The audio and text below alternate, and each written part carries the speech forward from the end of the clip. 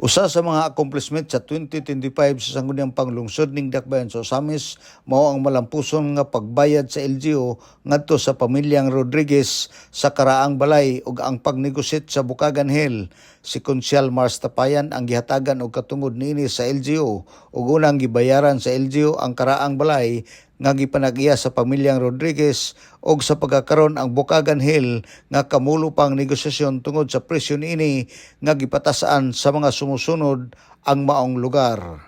Ang opsyon sa LGU matud pa ni Konsyal Tapayan nga dugangan na lang ang naunang gibayad sa syudad nga 8 million pesos sa nakalabay nga administrasyon tungod kay ang syudad adunay nakita nga irregularidad sa maong pagbayad ug ang labing taas nga idugang anaa sa 6 to 7 million apan nakita ni Konsyal Tapayan nga gusto sa mga sumusunod nga patasan pa ang maong presyo ug di na sad gusto ang syudad kay ma-overpriced na kini.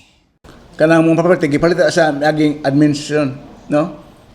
Pero nalay naggamay irregularity kay wala may sakto nga dinopsel, wala may sakto nga resolusyon o ordinansa sa LGU o authority ba. So amo ganang gi-imbestigar. Bottom line yun is more on the how much ana. Kaya gusto na dako yung kwarta madawat nga.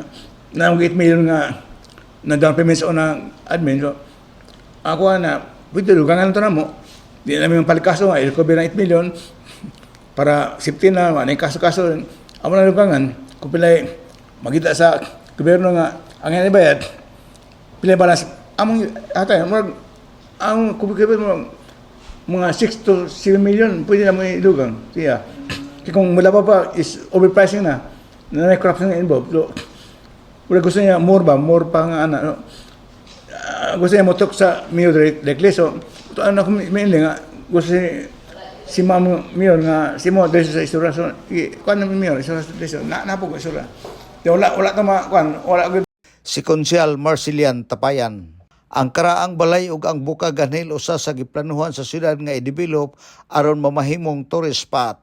Alang sa DXDD Radio Campana ang radyo sa simbahan, WD45 Dudong Bargamento, muduyog sa ika-75 nga jubileo sa simbahan sa Archdiocese sa Osamis, Danag sa Dakbayan.